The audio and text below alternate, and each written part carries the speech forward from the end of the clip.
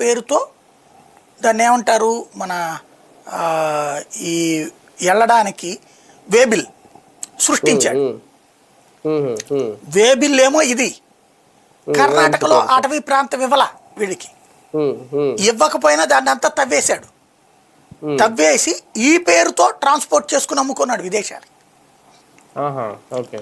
ఆ టైంలో ఈ ఖనిజానికి మంచి వాల్యూ ఉంది విదేశాల్లో భారీగా. అప్పుడు ఇంకా పెద్దగా ఇంకెక్కడా కూడా దొరకట్లా.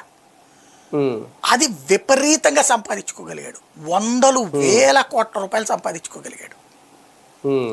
దాంతో ఆ వచ్చిన డబ్బులతో అప్పుడే సోనియా గాంధీ మీద గొడవతో సుష్మా స్వరాజ్ అక్కడి నుంచి పోటీ చేస్తుండటం, భారతీయ జనతా పార్టీ తరఫున అభ్యర్థిగా అక్కడ లోకల్ వాళ్ళు పెద్దగా సహకరించకపోవడం, ఆ టైంలో ఇతను దగ్గరుండి మొత్తం ఆవిడ ప్రచారం ఇదంతా చూసుకున్నాడు. దాంతో పొలిటికల్ ఇంటర్ఫీరెన్స్ రూట్లోకి వచ్చేసాడు. తర్వాత ఇక రాజకీయం ఈ కథ అంతా. వాస్తవంగా అంతకుముందు కాంగ్రెస్ అతను, ఇక్కడ రాజశేఖర రెడ్డి క్లోజ్ అతను.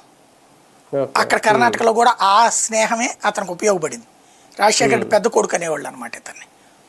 ఆ విధంగా ఇతను ఏం కోరుకుంటే ఆ విధంగా, అంటే ఇక్కడ ఇందులో గనులు ఇతను తవ్వుకోవట్లేదని తెలిసినా ఇక్కడ ఆ మోసం మనకేం పోయా, డబ్బులు వస్తున్నాయి కదా రాష్ట్రానికి, పన్ను బిల్లులు కడితే అని తీసేసుకున్నాం, వదిలేసాం.